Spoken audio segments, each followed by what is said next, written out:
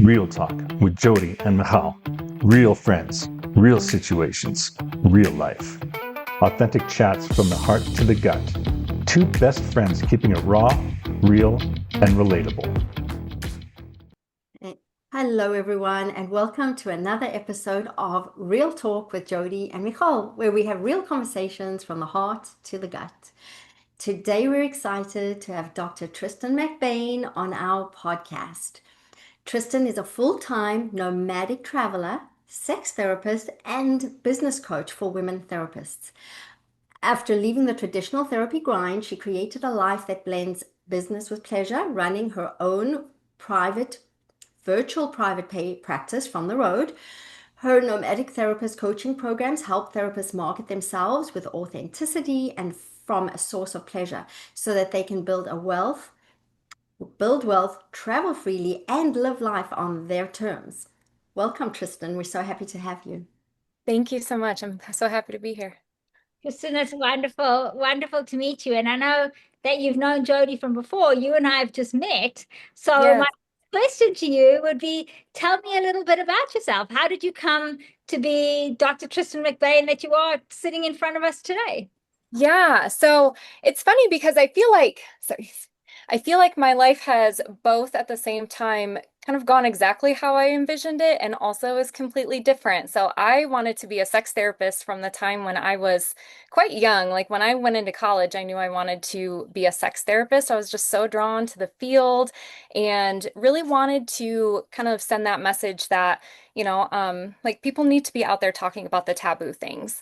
And people need to be out there talking about topics like sex that are kind of stigmatized and it's kind of taboo to talk about. So I always knew I wanted to do this work, and things went pretty according to plan for a long time. I did a PhD, and as I was finishing up my PhD, I was going to transition into academia so I could teach. And that was when the pandemic came and pretty much threw a big wrench into everything I had been building up until that point. So I was at home for a while and um, ended up deciding to quit my job at the group practice I was at doing virtual work. I started doing opened my own practice and started traveling full time because since I had been remote, I never went back to the office after that. And it's kind of taken on a life of its own since then. Mhm. So, where are you now, Tristan? Where are your travels taking you right now? Right now, I am in Missoula, Montana. So big sky country. It's beautiful here. It's been really nice for the summer. Cool. I love it when you pop up on my social media and I see you in a different place and eating different foods. I love it. It looks like a lot of fun. It really is. And speaking of different foods, I just have to say I'm heading back to Vegas here in a couple months, and there is a sushi place that is, I cannot stop thinking about it. So I'm sure you'll see some posts about that coming up. I look forward to that. Yeah. Amazing. So I have a couple of questions just about what you had said before. I'm sure a lot of people don't really know. And again, there's some stigma attached to it.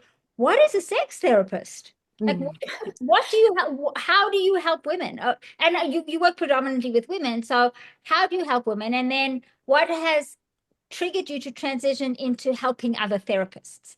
But let's start Yeah. with what is a sex therapist? Yeah, yeah, that's a great question. A lot of people have questions about that. And to me, like a sex therapist is a professional mental health therapist that helps individuals and couples work through the mental and the emotional complex concerns that they have regarding sex and sexuality. In a nutshell, that's kind of the best way I can put it. So we do a lot of collaboration with other types of medical professionals, maybe even other therapists to coordinate care for our clients. And I think my mission personally is just to help other people enjoy their bodies, enjoy their relationships, and enjoy their lives. Like really, that's my mission in both the therapy that I do and the coaching that I provide.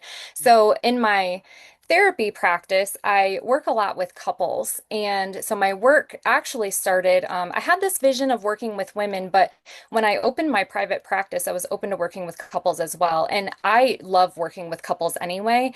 And I found that over the years in my practice, the couples just tend to just at this point, I do primarily couples work there. And I love helping couples reconnect. So I do a lot of emotional reconnection, a lot of intimacy work, anytime that there might be a concern in that area, or maybe it's just an intimate reconnection. And I do a lot of work on improving communication. But really at the heart of it all too is having a better relationship with yourself, not just with the other person that you're in the relationship with. Mm. That's really interesting because in a way it overlaps, Jodi, with what you do as a relationship coach and a marriage counselor.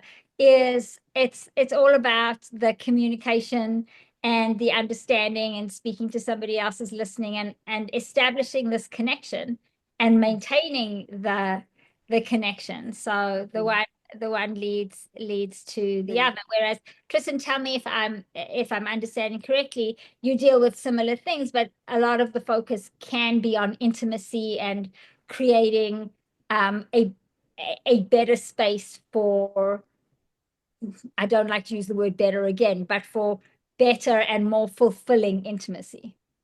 Yes. Yeah. Yeah. I really try to focus on helping couples be able, I mean, really, it's almost like getting in touch with yourself and being authentic. In some ways, I think there's a lot of overlap with sex therapy and existential therapy because as time goes on, our bodies change, our preferences change. There's like this evolution of life that goes on. And a lot of times, what we're struggling with like just interpersonally can be reflected in our sex lives, which is one of the reasons why I love that work so much. And so, yeah, it's kind of this space where I do a lot of therapy, of course, but it's also very philosophical in a way as well. And just kind of, yeah. Yeah, can you give us an example? Because I have a feeling like an example that you give about that connection between existential and philosophy and what's going on sexually, what's going on with your life. I have a feeling an example that you give will probably resonate with a lot of our listeners. Yes. So, for example, if you think about, let's take something like erectile dysfunction. So if I work with somebody who is experiencing some kind of change, and let's say it's a change over 10 years in the relationship. And so when we're talking about what are you struggling with regarding this particular concern, the way that it connects with the existential kind of idea is, over time, there's a change in your body. You're noticing maybe your parts don't work the way that they had before. Maybe they don't work the way that you expect them to. And underneath that is a reminder that time goes on. We are aging. It's kind of like this reflection of all we have is now. And so, yeah, there's this. There can be this tie with this existential feeling of, like I said, it's just this sense of time moving forward and almost like a not wanting to have like a sense of loss or a sense of grief with the time that's passing by. Does that make sense? Yeah, it does. I see the existential connection and I see the connection to the importance of being present and mindfulness.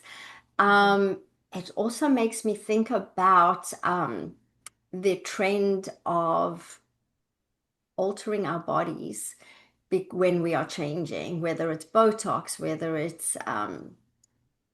it's surgery, and the need to look a certain way and keep our youthful looks. And I'm wondering how that affects people in their relationships and in the bedroom. Yeah. Well, I think there's a lot of pressure, just in general in a lot of different ways, but pressure to, look a certain way, pressure to perform a certain way, a pressure to kind of say or do the right thing, pressure to not hurt the other person, not make them upset, not rock the boat. And so I think, yeah, there can be a lot of pressure on, especially women in particular, to uphold like standards of society and stuff like that of what we should look like, what we should be like, what we should sound like, things like that. And that certainly can have an impact on how we show up in our relationships. Yeah. Is there something you would be able to say is a way to deal with that within a couple? Um, or does it all come down to communication? Yeah, well, I think a lot definitely comes down to communication. Yeah, I think that the biggest thing is just thinking about, I always like to think about, am I coming from this place of what's aligned with who I am, like this place of alignment, or am I coming from a place of ego? So if I'm coming from a place of ego, maybe I'm listening to my own insecurities. I'm listening to my fears, my doubts that are there probably because in some way they're trying to protect me. But on the surface, it's coming out in this way of, like I said, doubt, fear, shame, something like that. Whereas if I'm listening to the part of me that's aligned, so like maybe I want to tell my partner that I'm interested in something sexual that we haven't talked about before. And I know I want to talk to them about that, but I don't want them to judge me for it. Or maybe I don't really know how they're going to take it, and I'm kind of afraid of that. So if I listen to that fear, that ego part of me, then I'll probably keep it small. I'll probably not share those things. Whereas if I'm listening to that aligned part of myself that's saying, well, I'm kind of curious about this, like I want to talk about it, I want to share it with you. What do you think? Are you into this? And if I can be more aligned and I can have that kind of open communication with my partner, and I'm in the type of relationship where we feel safe together to talk about those things, then I'm able to align with those deeper desires that I really want. Yeah, and being vulnerable. Hmm. Um, it may, so I'm wondering, how do you, if we kind of look at how you do your work, how you do it virtually, and how you do it on the road, tell me how you manage it all. Yeah, yeah. So running my practice, like one of the things I love about it is I get to decide my schedule. So I keep a pretty low caseload. To me, a low caseload is about 10 to 15 clients a week.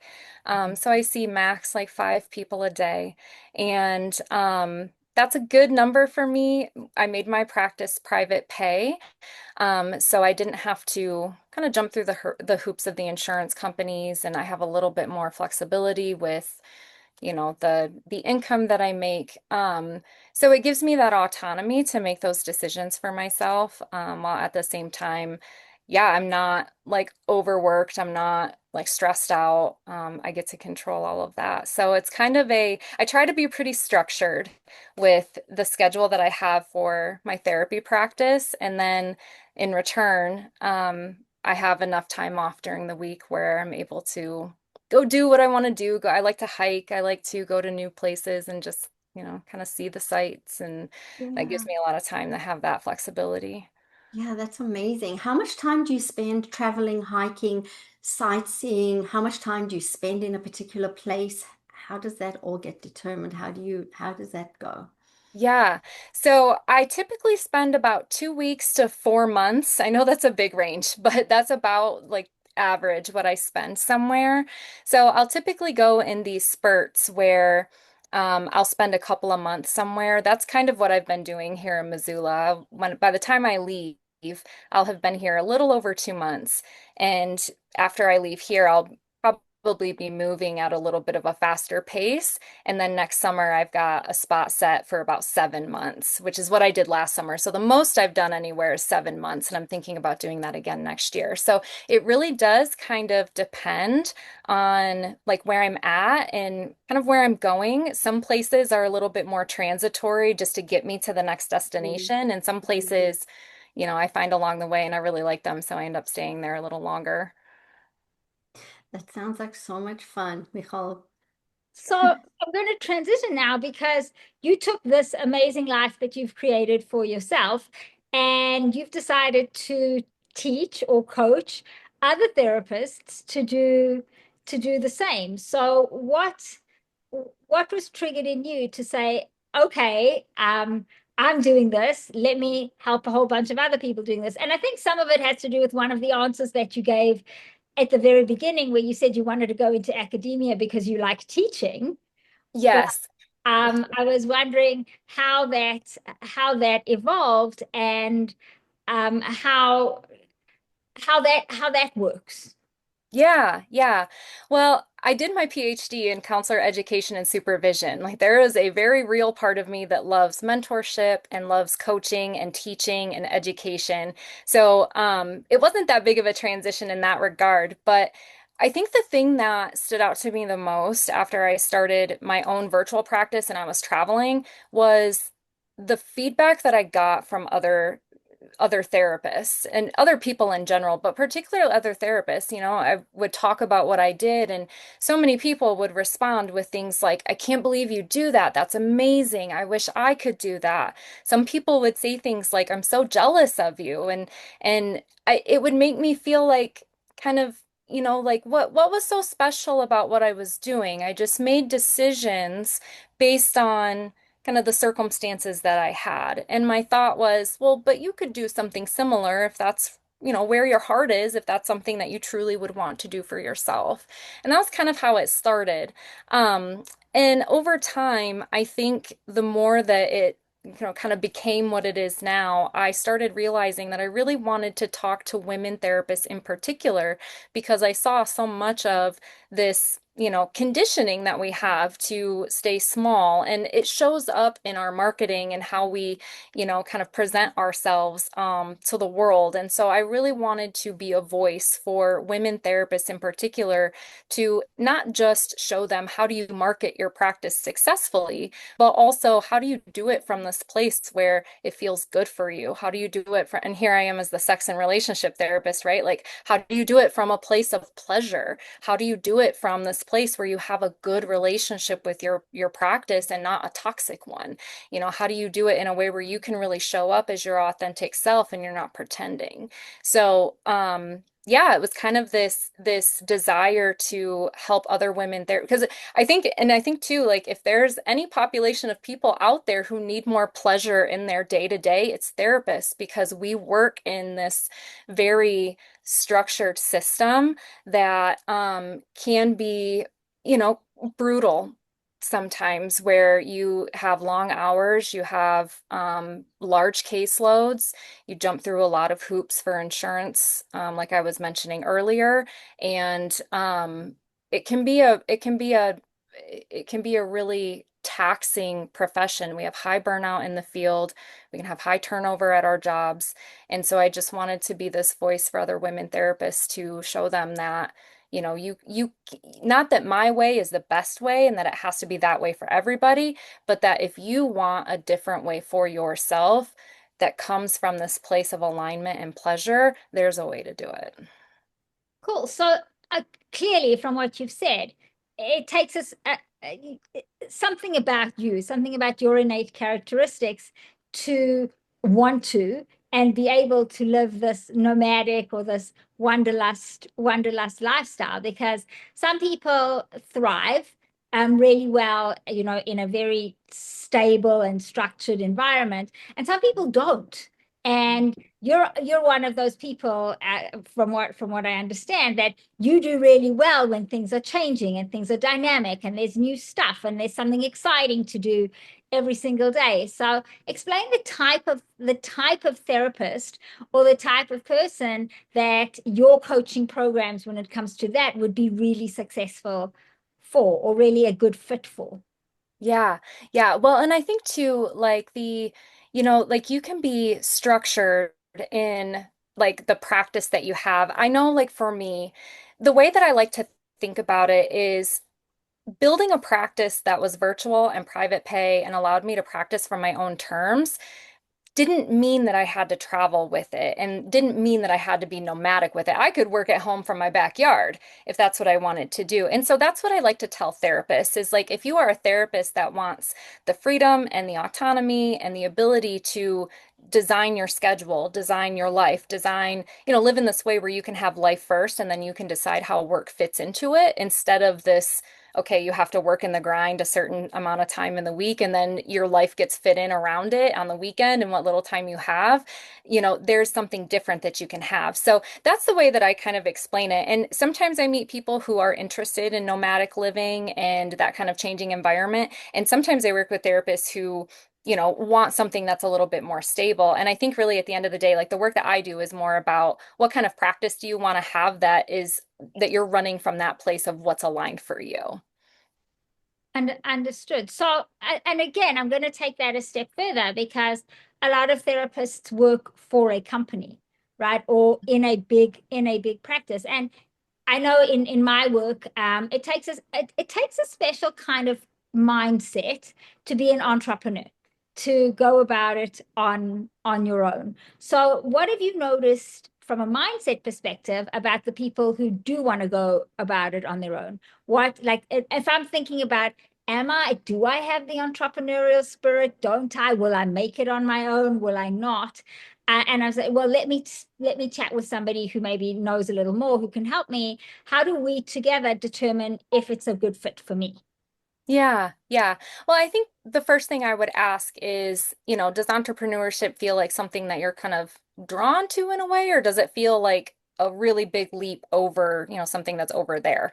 I think that at the end of the day, there is a mindset component to it, and I think there's also decisions and choice making that goes along with it. Because I think you can spend a lot of time asking questions like, well, am I going to be good at this? Is this something that I can do? Is it going to be successful? But, at the end of the day, if you make the decision, I want to be an entrepreneur and I want to have my own practice, then it's a matter of just working backward from there. So I think I think also that you can learn skills of entrepreneurship. So I would be interested in asking the person that I'm working with, like, is this something that you want to do? Like you're leaning towards it, you're inclined to it, or is it something that feels more like aspirational and you're not really sure? So I would gauge that first. And then I think at the end of the day, like I said, there's a lot of skills about entrepreneurship that, you can be coached on or that you can learn. And I don't think it's something that only certain people can do. I think maybe certain people might be more inclined to it, but I don't think that it's something that, I think you can learn to do it if you really want that kind of a lifestyle. I think it's just a matter of making those choices. And then if there's something you have to learn along the way, then be adaptable, be flexible, and be open to feedback so that you can do what you want to do really well. Right. So it's again, it's getting in touch with yourself and what are your goals and what are your aspirations and what do you really want? Not what you think you should want or what your mom says you should have, right? Yes, yes. What you really want. But then, and it sounds amazing, but sorry, Jodi, did you have questions? I'm just like No, blabbing flying away no, here. go ahead, finish your thought. And then I'll ask what I was thinking I was about. going to say it sounds really, really cool and really fun, and I can see how energized you are. But I'm sure this comes with a lot of challenges. That was my question. Okay, You got it. so Jody, I'm gonna send it off to you. Finish the thought. No, that's exactly it. Is given everything that you've just said, it makes me think about I really would love to know the challenges you faced along the way, along the road, and what challenges you see the therapist facing, who you coach, as well as the clients. Yeah. I know that's kind of like three different things in one. So however you I'll want to try to address remember. it. Yeah. Well, I think that I think the biggest challenges that I see therapists come to me with are challenges in marketing. I think there's a lot of questions that I see about how do I attract my clients? How do I do it in the right way? How do I make sure that I'm setting myself up for success in the future? What do I do if something's not working? I see also challenges in terms of like a lull in client inquiries, like anytime there might, which the field in and of itself is, it's normal for that to ebb and flow. Mhm. But one of the challenges that I've noticed some therapists have is dealing with those times and any of the what ifs, dealing with the fear of what does this mean? Um, so I think so those are some of the challenges that I've seen there. And then some challenges on the road, I think the biggest challenge that I've actually encountered just in a nomadic lifestyle was actually transitioning from when I started nomadic living, I had a partner that I was nomad traveling with. And when we split and made the decision to like go our separate ways after that, I started doing it solo, and that felt like a whole new ball game to me. There was such a huge learning curve of nomad traveling by myself. Um, and so I would say that was the biggest challenge, but it came with one of the biggest rewards because now I'm solo traveling. I've been doing it for almost a year now at this point, and it's been one of the most amazing journeys in the last few years that I've been doing nomadic traveling. So, um, yeah, it was challenging, but at the same time, like still a really great experience that I feel like I kind of had to go through to get here. Which makes me think about what you've mentioned a few times, the alignment with yourself and therapists being aligned with what they're doing. What have you learned about yourself in this past year? Oh, I love that question. I think I think really I've learned that I'm a lot stronger than I think I am. And I Mhm. think at the same time I've also learned that I'm not as healed as I think I am either. And I think that that was a really important thing because I think sometimes we might get to this point where it's like, okay, I've really done my work on that part, and I'm so glad I'm like on to the next, kind of Yeah. the next level. And maybe that's true. Maybe it's kind of like a spiral where you are at a different place, but at the same time, like there was a lot that was tested for me over the last year, just in, traveling by myself, um, starting my second business. Now I'm running two businesses, just being able to handle everything. I'm away from my family, so I'm also navigating, feelings of like isolation as those pop up, which I am able to manage. And it's not like as dire as it sounds, but that is part of like what I have to navigate and handle because that's a big part of my life is being isolated and being, Mhm. alone a lot because of the nature of how I live. Um, yeah. I love what you said about recognizing that just when you think you've healed a certain amount, you realize how much more there is. I think that's endless. And this is actually something I talk about as well when I do lives and when I do reels is you don't have to be fully healed to move about your life and to be functioning and to get into a new relationship. You don't have to be fully healed because there isn't necessarily, and journey is a bit of a, a double meaning when it comes to your life, right? Like a journey of life and the journey and the road that you're on. There doesn't have to be an end point to the healing because if we're going to constantly self-reflect, if we're going to constantly work at ourselves on ourselves, if we're going to constantly try new things, challenge ourselves, check in with ourselves, are we living our life in alignment with ourselves? There will be constant healing, constant growing. Yeah. Yeah. Yeah. And I think too, like there's also like life is like an evolution, right? Like life is both. You're going to have good experiences and you're going to have other experiences that like tear you apart. Like that is part Mm. of being human. Like none of us are immune to those experiences. And so it's like we'll have experiences from our past that we have to heal and might pop up and we have to work through them. And then there might be other stuff that comes up along the way. And then it ties in with the old stuff. And I think that part of being in alignment and being just kind of like living your best, being your best self and living your best life and living in alignment the way you want is accepting that it's not going to be perfect, but not adapting to that mindset of like, I'll be happy when, or I'll be Mhm. healed when, like you can do healing right now and you can still be hurting. You can, be doing both at the same time. So yeah, like it's not like there's an end point to it. It's probably just I think I try to focus more on like exercising the muscles of what do I do in those moments when that stuff comes up and trying to improve, how does it affect me? What do I want to do with it? What am I learning from it? And that's kind of the work in progress. I think it's so courageous, your lifestyle. I would love to hear the most fun or best story on the road, and maybe if there's one that was like not so much fun. Sure, sure. I think one of my best Like one of my favorite memories was going to a place called Antelope Canyon in Arizona.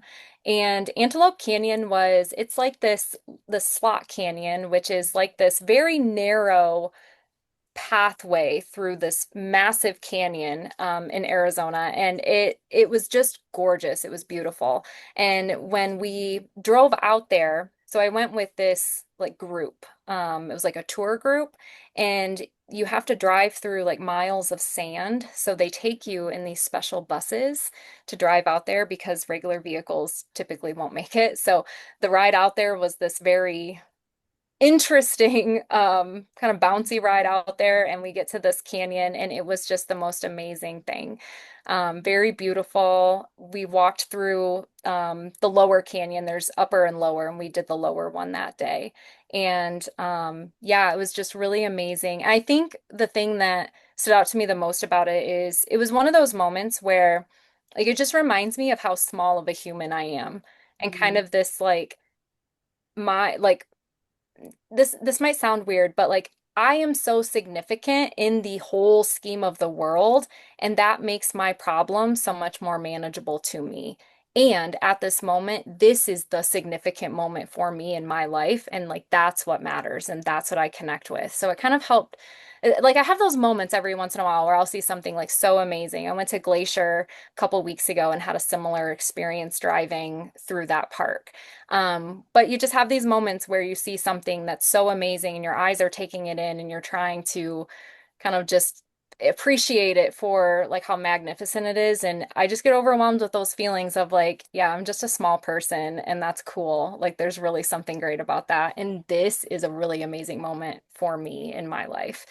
Um, so I think one of the not so great moments that I will share a very practical kind of thing that happened when my partner and I we were about 6 months into full-time RVing, and we had taken the travel trailer down to the Grand Tetons, and we were going camping at this off-site place that we had not seen. We had not been there before.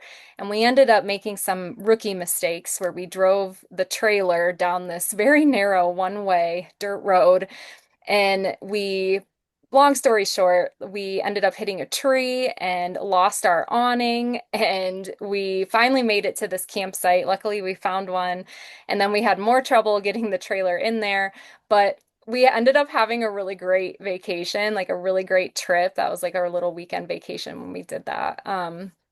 But yeah, that was probably one of the that was like one of the moments where I was like, oh yeah, we can break things. Like we are not invincible in doing this lifestyle. Like we have to be careful.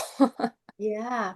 It sounds like you have seen such beautiful things, such beautiful places. And with the last story you tell, I can imagine that you can also learn, or one can learn how capable you are and how resilient, and how even if you break things, even if things don't go as planned, you still somehow, I'm not saying it wasn't frustrating or how frightening it might have been, but you got through it. And it gives a person a strength and a hope to be able to get through the next difficult thing in life when you know you've been through something. Yeah. Yeah, it really does. I think it kind of reminds me of this like sense of like like what do I have to be afraid of? Like I'm afraid of Yeah. everything like in this lifestyle. But like I will think things like, but really what do I have to be afraid of in terms of like it doesn't stop me from doing what I want to do. Like I Hmm. might feel afraid doing it, but at the end of the day, like I make decisions now from this place of it's like, well, what do I want to do? And I don't even really have those thoughts of like, well, what if I can't do that? Or what if this happens? And like maybe sometimes that happens to an extent, but it's not like this, oh, I don't know if I should really do this thing that I want to do. Like my next thoughts are like someday I would like to have a houseboat. Someday I would like to move abroad, and I'm not worried about doing that right now, but it's because I know it's going to happen at some point, and I know it's going to happen in its own way and its own time. And so I'm kind of able to release like what is it going to look like and all of those things when. Um, but yeah, I think it's normal to be afraid, but I certainly don't want to let that stop me from making the decisions that I want to. Because like you said, as soon as you make them and then you do the thing, then you realize like, yeah, I can actually do this and I don't have to be afraid of that. Yeah. And I love your aspirations and plans to keep traveling and just go different places and doing it a different way. Yeah. Yeah, I'm Amazing. actually making some changes coming up in the next few months with how I travel. I'm actually thinking about focusing more on Airbnb-ing rather than RVing. Oh, So we'll see how that goes. I know a few people that do it that way, and it sounds really fun. So I'm thinking I might move on to the next chapter. it sounds amazing. It really sounds super exciting. A little bit jealous, Tristan, I got to admit. Yeah, yeah. It's Then you too can have this lifestyle. right. Yes. Yeah. So Yeah. with that in mind, Tristan, you have a coaching program for excuse me, for therapists wanting to explore their entrepreneurial spirit. So to Yes. speak. Tell us a little bit about that. Yeah, so I have a coaching program for women therapists, and it started as a program to help women therapists build their own virtual private pay therapy practices. That, like I said before, like you can choose how you want to spend your time with that, whether you want to travel or whether you want to just work from your backyard and just have a little bit more autonomy. But the program originally started as a practice builder. And now it's kind of turning into this, really focusing. I'm focusing now more on helping women therapists bring that pleasure lens into how they practice and bringing that sense of alignment into how they work and really being able to kind of integrate work into life rather than feeling like, your life has to revolve around the therapy grind.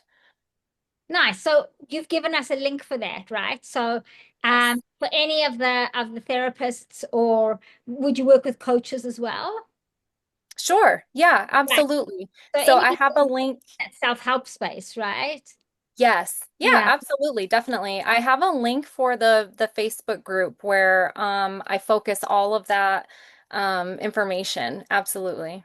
Mhm. Okay, brilliant. And we'll put that in the notes so people can reach out to you. I think you've also given us a link if anybody wanted to reach out to you from a therapy perspective, yes?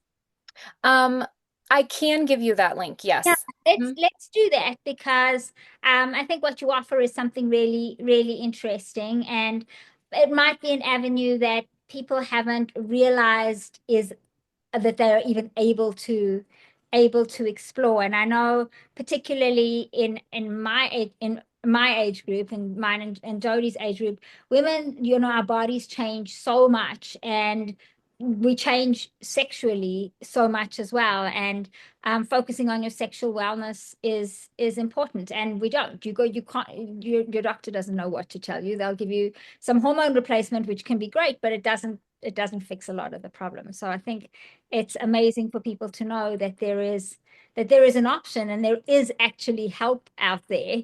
Um, Yeah.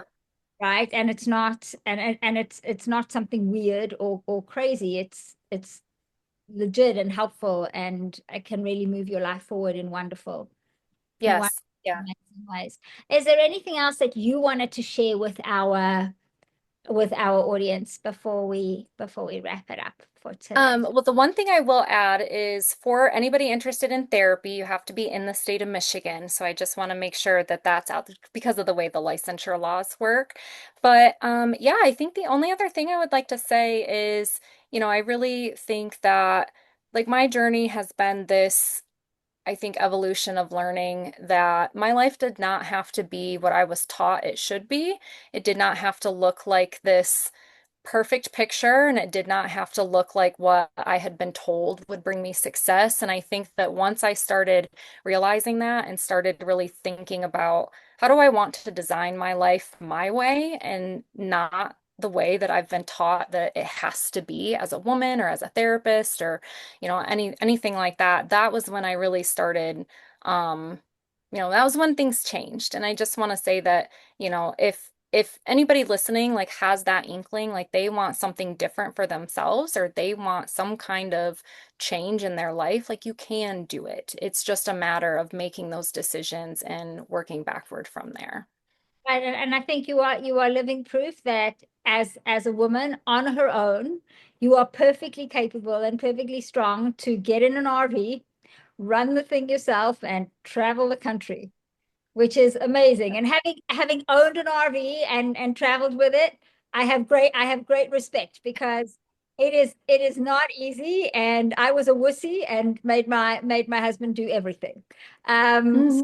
so great respect, but not to say that it can't be done. It can be done, and you're living proof that it is. And it'll really be interesting. We might need to get Tristan back on again when she starts her Airbnb lifestyle to see the differences, the pros and the cons, right? Because I'm sure Yeah. there'll be both, especially having your own space to being in somebody else's. Yeah. Yep. Yeah, I've got a whole kind of mental list of things that are changing, things I got to buy, things I got to do. I'm in this transition period, so I'd be happy, yeah, to come back and chat about it. Crazy. That Just sounds awesome. else that because I spoke way too much that you wanted to ask Tristan or add in before we say goodbye to everybody for today. Jodi?